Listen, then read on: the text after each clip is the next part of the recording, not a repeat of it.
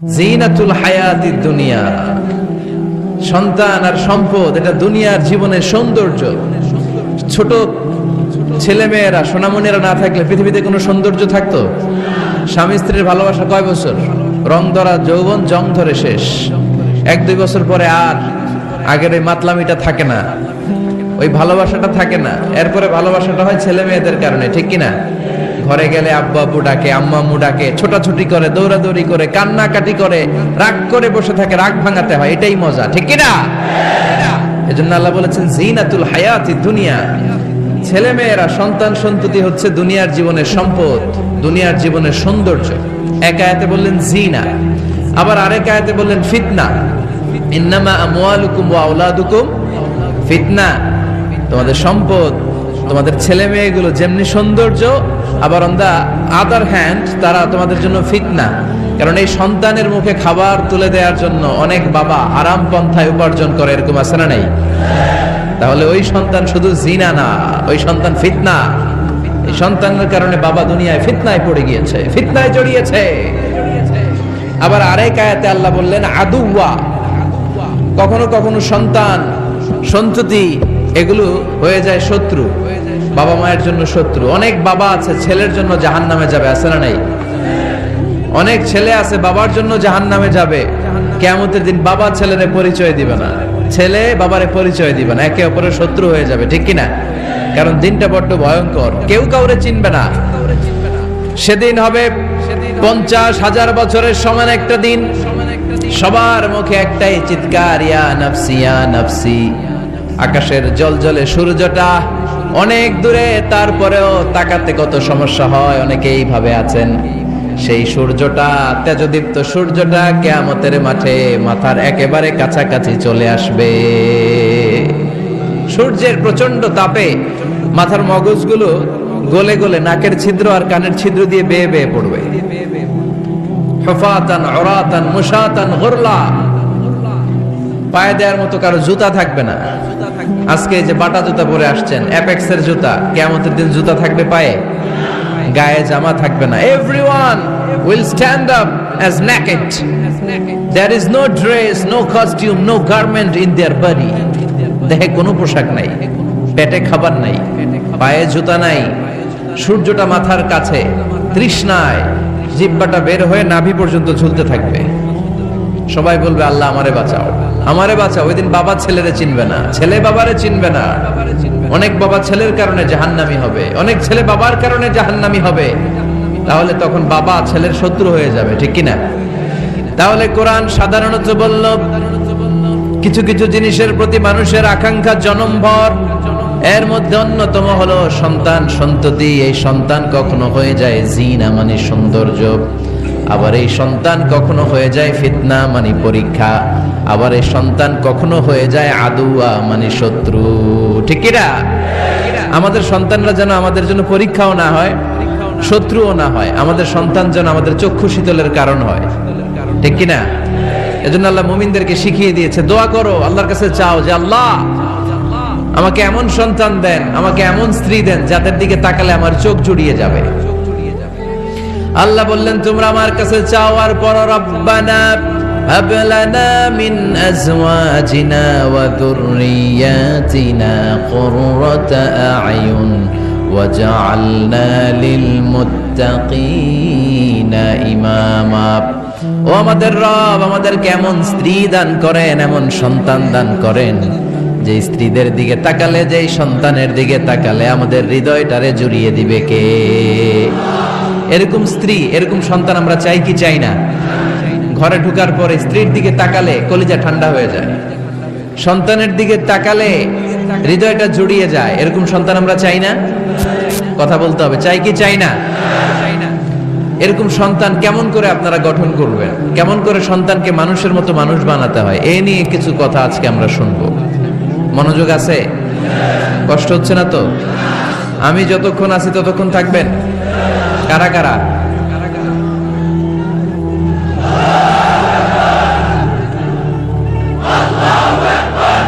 মাশাআল্লাহ, মাশাআল্লাহ। তাহলে থাকেন আমার সাথে, বসেন, কথা বলি কিছু। আসলে এগুলো খুব জরুরি ওয়াজ।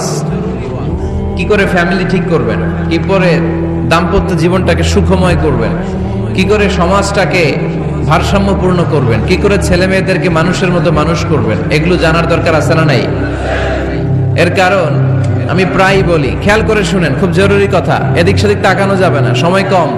আমার দিকে তাকান, আমার দিকে তাকান। এই পৃথিবীতে গরুর পেট থেকে যেটা বেরোয় এটা গরু হয়ে যায়, ছাগলের পেট থেকে বেরোলেই ছাগল হয়ে যায়, মুরগির পেট থেকে বেরোলেই মুরগি হয়ে যায়, কিন্তু মানুষের পেট থেকে বেরোলে ওটা মানুষ হয়ে যায় না, ওটার মানুষ করতে হয়, মানুষ বানাতে হয়, ঠিক কিনা? খালি চোখে আপনি যা দেখেন সব কিন্তু মানুষ না, এগুলো জনসংখ্যা। এগুলো কি? বাড়ছে জনসংখ্যা, কমছে মানুষ। এজন্য আমরা আমাদের ছেলে মেয়েদেরকে মানুষের মতো মানুষ বানাতে চাই, ইনশাআল্লাহ। পড়েন। এখন কিভাবে মানুষের মতো মানুষ বানাবো? অনেক মা বাবা ছেলে মেয়েদেরকে নিয়ে উদ্বিগ্ন, আমাদের কাছে আসে, হুজুর কি করব ছেলেটারে নিয়ে, কোন প্রতিষ্ঠানে দিব, কিভাবে মানুষ করব হুজুর একটু বলে দেন। এরকম উদ্বিগ্ন অভিভাবক আছে না নাই? সব বাবা মাই চায় ছেলে মেয়েদের উজ্জ্বল ভবিষ্যৎ। কোন বাবা মা চায় তার ছেলেটা টেন্ডারবাজ হোক? উত্তর দেন। কোন বাবা চায় তার ছেলেটা চাঁদাবাজ হোক, তার ছেলেটা ধর্ষক হোক, অ্যাসিড নিক্ষেপকারী হোক? না, চায় না। সব বাবা মাই চায় তাদের ছেলে মেয়ে মানুষের মতো মানুষ হোক। আজকের এই চমৎকার দুপুরে, চমৎকার অপরাহ্নে আমরা জানার চেষ্টা করব কেমন করে ছেলে মেয়েদেরকে মানুষের মতো মানুষ বানাবো। অনেকগুলো পয়েন্টস আপনাদের সাথে শেয়ার করব। বাবা মায়েরা, বাবারা এখানে আছেন, মায়েরা আছেন মহিলা প্যান্ডেলে, সবাই খেয়াল করে শুনেন কিভাবে ছেলে মেয়েদেরকে মানুষ করবেন। ভালো ছেলে মেয়ে পাওয়ার প্রথম পদ্ধতি হচ্ছে, বাবার দায়িত্ব হচ্ছে ছেলে মেয়েদের জন্য ভালো মায়ের ব্যবস্থা করবে। কিসের ব্যবস্থা? কারণ মা হচ্ছে production house, kind of factory. Factory যদি ভালো হয়, ওটা থেকে যে প্রোডাক্ট বেরোবে ওইটাও ভালো হবে, ঠিক কিনা? বাপ ভালো তার বেটা ভালো তাই, মা ভালো তার ঝি, গাই ভালো তার দুধ ভালো রে, দুধ ভালো তার ঘি, তাই না? বাবা ভালো তো ছেলে ভালো, মা ভালো তো মেয়ে ভালো, গাই ভালো তো দুধ ভালো, দুধ ভালো তো ঘি ভালো। তো এই জন্য আমি প্রায় বলি, আমার মায়েদের, আমাদের বোনদের পেটটা এটা খনি, তেলের খনি, গ্যাসের খনি, স্বর্ণের খনি, পেট্রোলিয়ামের খনির চাইতো দামি খনি। কারণ এই পেটগুলোই ধারণ করেছে পৃথিবীর বড় বড় অলিদেরকে, এই নারীদের পেটগুলোই ধারণ করেছে নবীদেরকে। নাকি নবীরা হুট করে আকাশ থেকে পড়ছেন? নারীদের পেট থেকে আসছে, ঠিক কিনা? এটা যেমন সত্য, আবার পৃথিবীর সব টেন্ডারবাজ, চাঁদাবাজ গুলো এসেছে নারীদের পেট থেকে। So the decision is years. আমার প্রিয় লক্ষ্মীপুরের ভাইরা, সিদ্ধান্ত আপনাদের। আপনাদের ঘরের এই মাকে, এই বোনকে আপনি কিভাবে তাদের যত্ন নেবেন, কিভাবে তাদেরকে কোরআন সুন্নাহর পথে রাখবেন, এই দায়িত্ব আপনার। এজন্য প্রত্যেকটা বাবার দায়িত্ব। তোমরা ইয়াং যারা, আমার কলেজের টুকরা যুবক ছেলেরা, এখনো যারা বিয়ে করো নাই, তোমার অনাগত ভবিষ্যৎ প্রজন্ম তোমার বউয়ের পেট দিয়ে আসবে। So when you choose your life partner, you don't choose your life partner only. At the same time, you are choosing the mother of your upcoming sons and daughters. আপনি যখন বিয়ের জন্য মেয়ে খোঁজেন, আপনি শুধু মেয়েই খোঁজেন না, পাশাপাশি আপনার অনাগত যে ছেলে মেয়েগুলো দুনিয়ায় আসবে তাদের মাও খুঁজতেছেন, ঠিক কিনা? সো মা যদি ভালো হয়, ফ্যামিলি ভালো। আমাকে একটা শিক্ষিত মা দাও, আমি একটা শিক্ষিত সমাজ উপহার দেব, ঠিক কিনা? এজন্য প্রথম দায়িত্ব হচ্ছে ছেলে মেয়েদের জন্য ভালো মায়ের ব্যবস্থা করা। ওমরে ফারুক রাদিয়াল্লাহু তাআলা আনহু যখন খলিফা, এক বাবা এসে বিচার দিল, খলিফাতুল মুমিনিন, আমিরুল মুমিনিন, আমার ছেলে আমার কথা শুনে না, বেয়াদবি করে। ওমরে ফারুক ডাকলেন, তুমি তোমার বাবার সাথে বেয়াদবি করো? এটা তো কবিরা গুনাহ, তুমি তো জাহান্নামে যাবে এরকম করলে। ছেলে বলে, হ্যাঁ আমিরুল মুমিনিন, সব দায়িত্ব কি আমাদের? বাবা মার দায়িত্ব নাই? ওমরে ফারুক বললেন, আছে। কি দায়িত্ব আছে? ওমরে ফারুক বললেন, বাবার তিনটা দায়িত্ব। নাম্বার 1, আইয়ানতাকিয়া উম্মা, বাবা তার ছেলের জন্য ভালো মায়ের ব্যবস্থা করবে। সুবহানাল্লাহ পড়বেন না? আইয়ুহসিনা ইসমা, ভালো নাম রাখবে।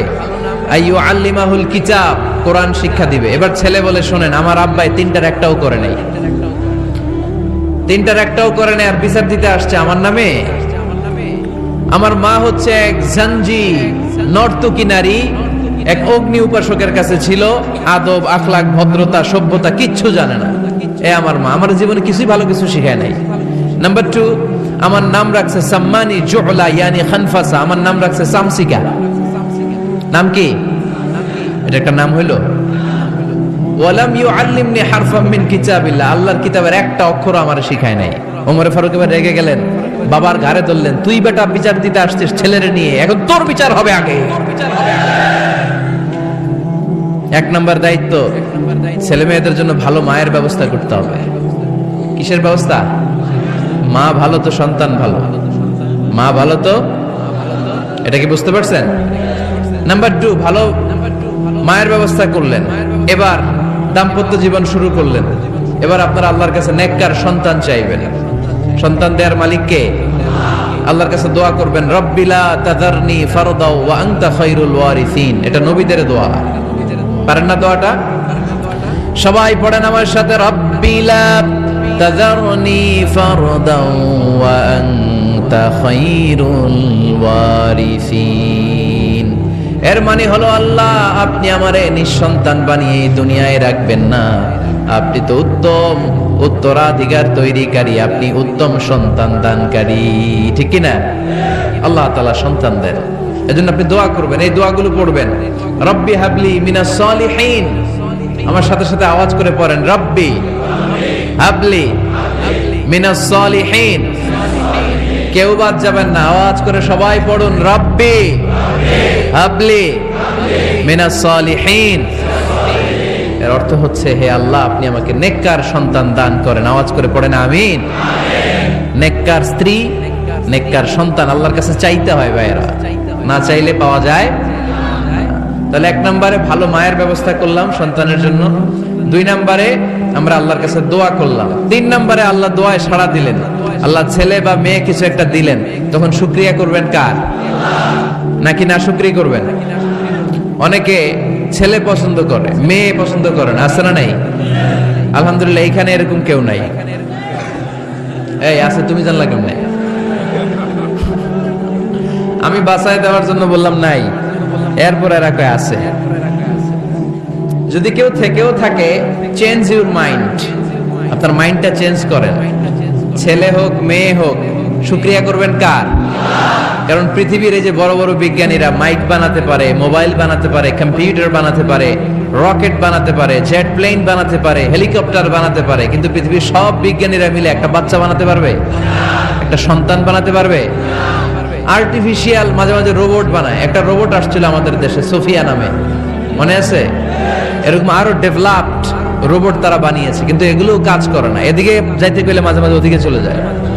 আর এগুলোর সিস্টেম সফটওয়্যার ভিতরে ঢুকাই দিতে হয়, সফটওয়্যারে যা, এর বাইরে কিছু বলতে পারে না। তাহলে গোটা বিশ্বের সবগুলো রোবট এক জায়গায় রাখলে আল্লাহর দেয়া একটা মানুষের ব্রেনের সমান হবে? এই পৃথিবীর সবচেয়ে পাওয়ারফুল কম্পিউটারের নাম হচ্ছে দি ক্রে-1 সুপার কম্পিউটার। আমেরিকার মিলিটারি বেজে বিভিন্ন ম্যাথমেটিক্যাল ইকুয়েশন ড্র করার জন্য এই কম্পিউটার তারা ইউজ করে। এরকম 10,000 সুপার কম্পিউটার মিলেও একটা হিউম্যান ব্রেনের সমান হবে না। চিল্লায় পড়েন সুবহানাল্লাহ। তাহলে ছেলে হোক মেয়ে হোক, শুকরিয়া করব কার? অনেকে ছেলে হইলে মহা খুশি, পাড়ার সবাইরে মিষ্টি খাওয়ায়, মেয়ে হইলে খুশি হয় না, আছে না নাই?